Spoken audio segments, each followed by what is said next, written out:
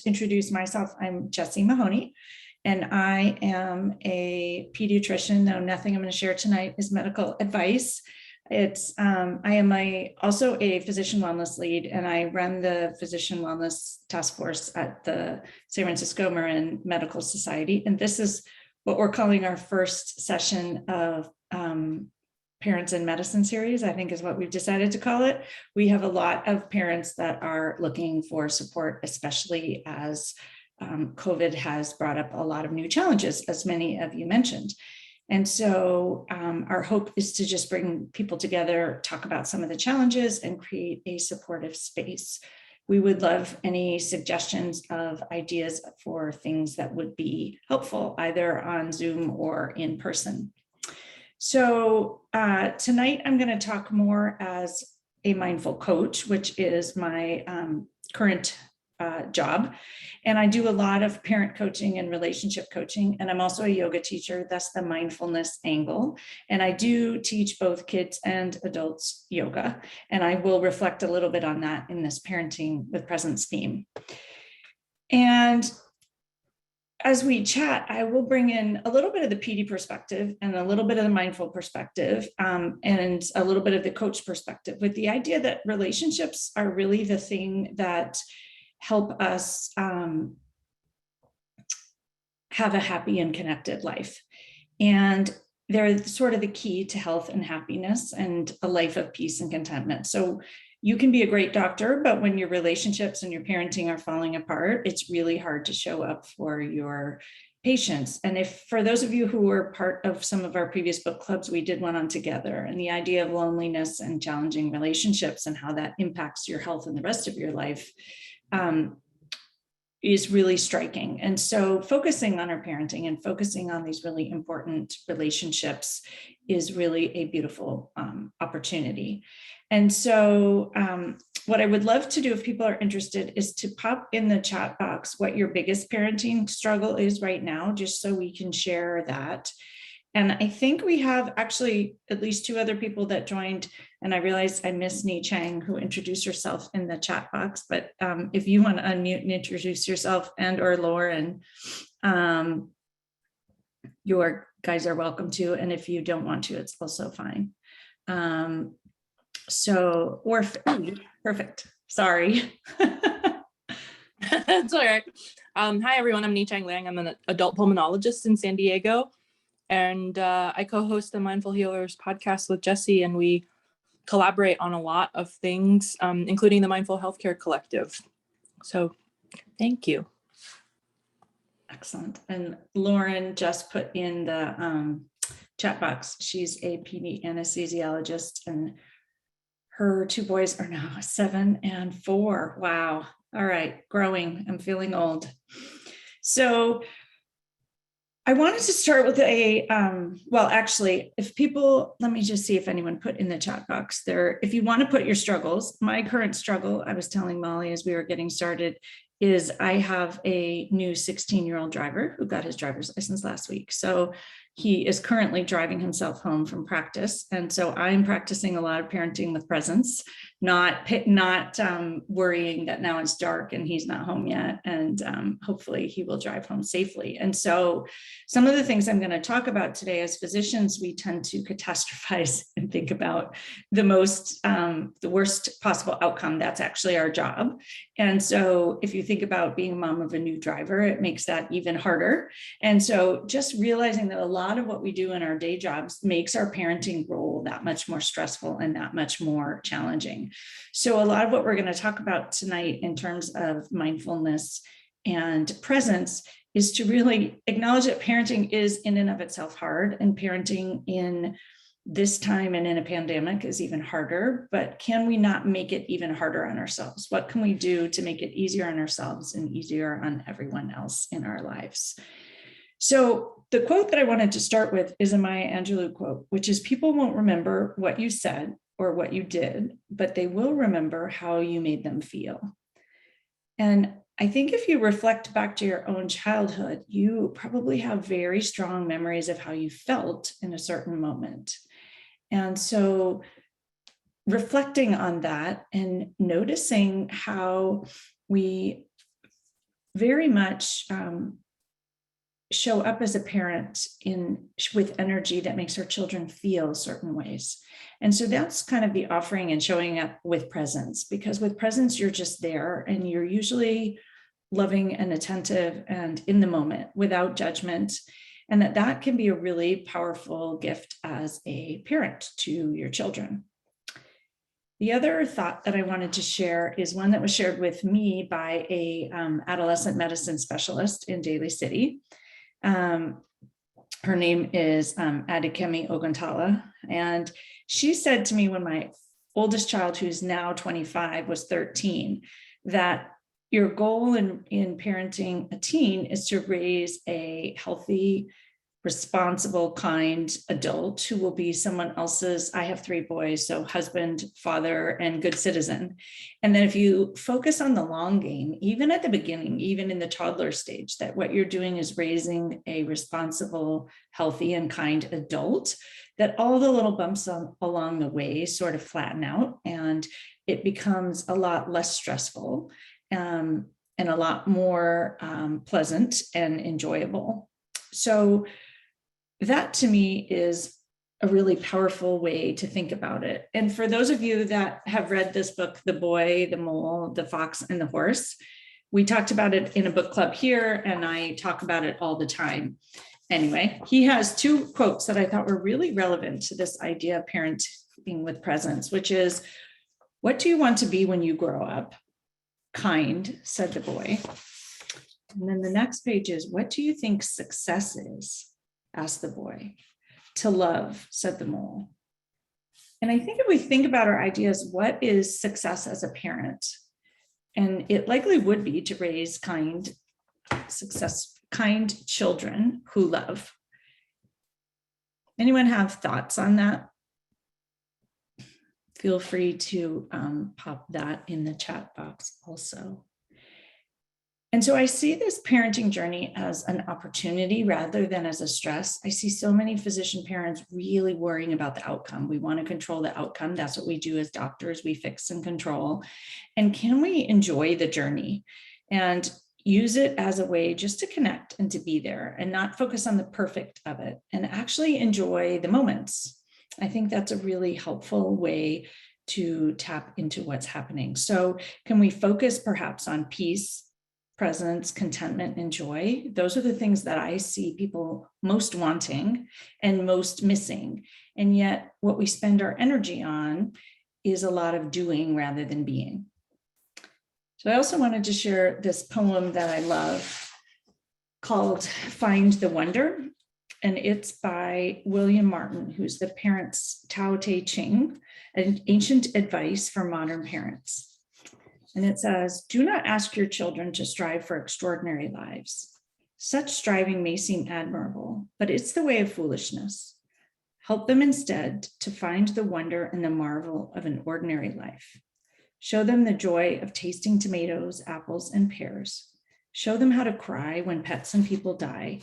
Show them the infinite pleasure in the touch of a hand, and make the ordinary come alive for them. The extraordinary will take care of itself." And I love that poem because it's about being present and mindful, but it's not just about the positive. It's about the positive and the negative, and sharing all of that full spectrum with your children. And it gets into a lot of the concepts about mindfulness, which I will touch on in just a moment. So thinking about mindfulness in parenting, especially in a pandemic and all of the things that we have to balance and new things that we have to balance, it was already challenging to be a parent without a pandemic. And then adding that on top has in some ways made things more flexible and changed the rules, and in other ways made things more challenging. And so I think that for me, mindfulness is really a solution to all of that.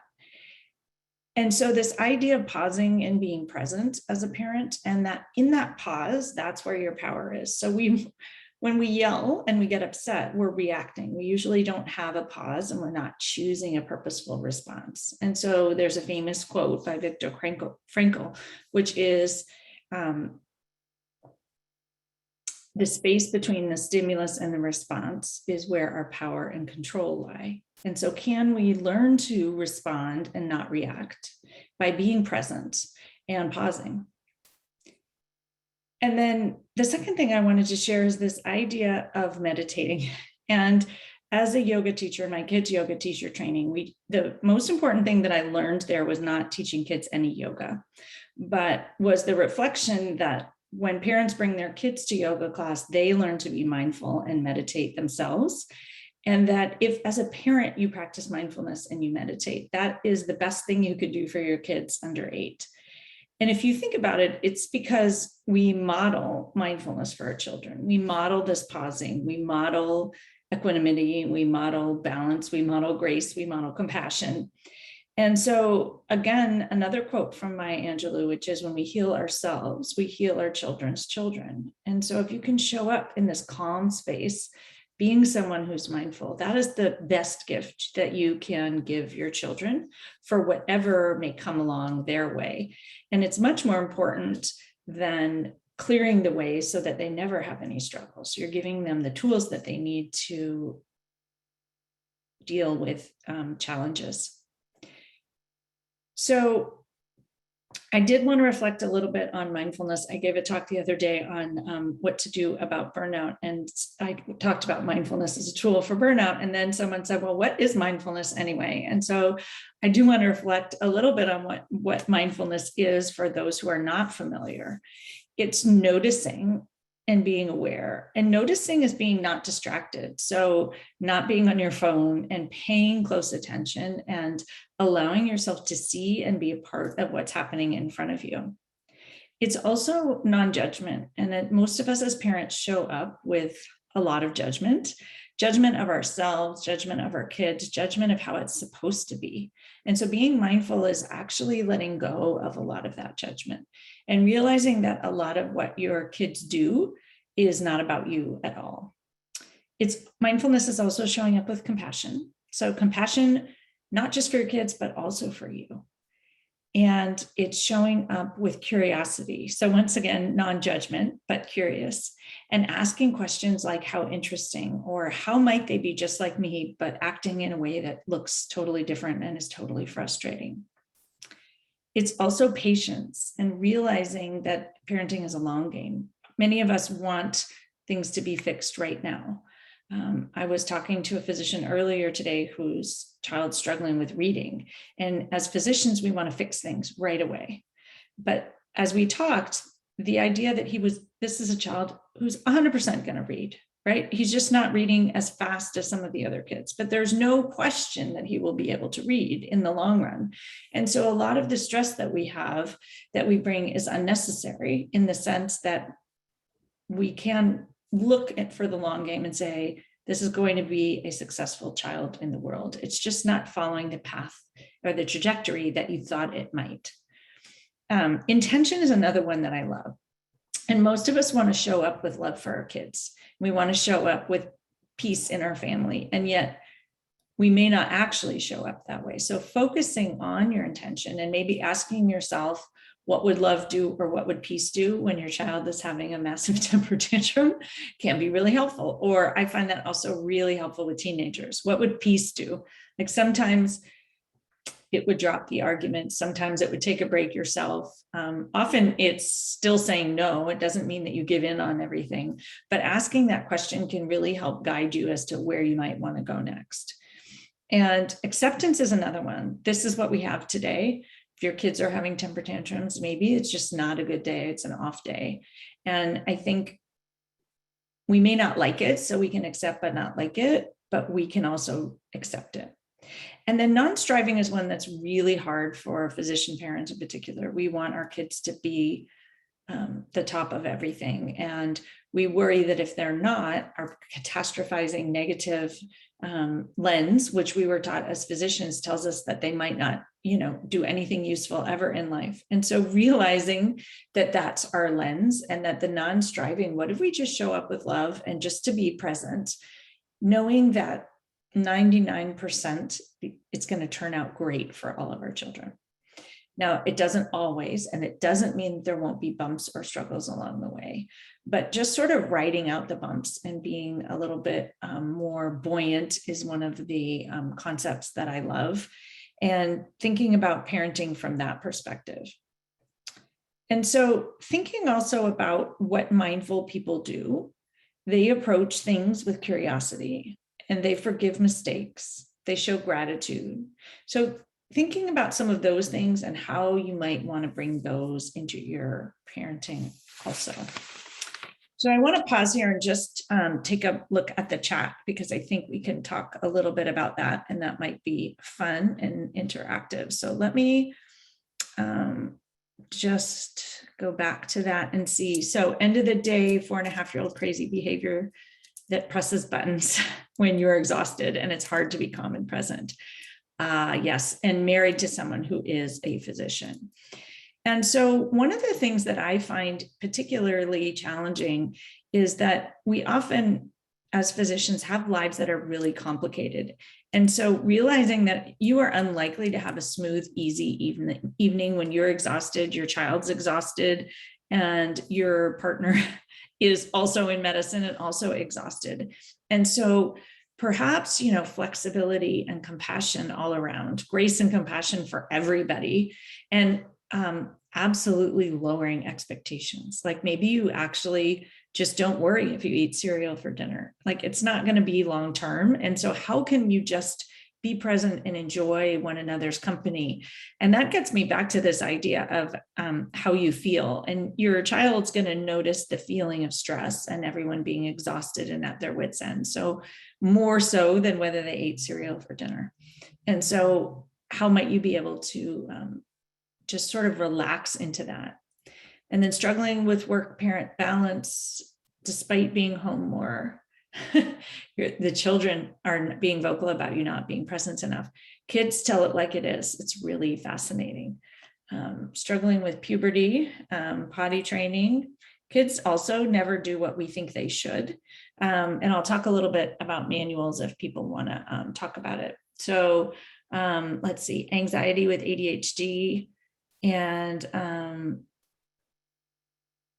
being alone with kids, which is very, very stressful, and not showing up as our best self. And so I think the message for all of this is grace and compassion, because I think it's really a hard time to be a parent and a hard time to be a kid and a hard world to be in. And everyone here is a physician mom. And so our standards are super high, and our standards for ourselves are super high. And can we be a little bit softer, just realizing that we're doing the best we can and our kids are doing the best that they can? So I'm wondering, I can talk a little bit more, or I would also be happy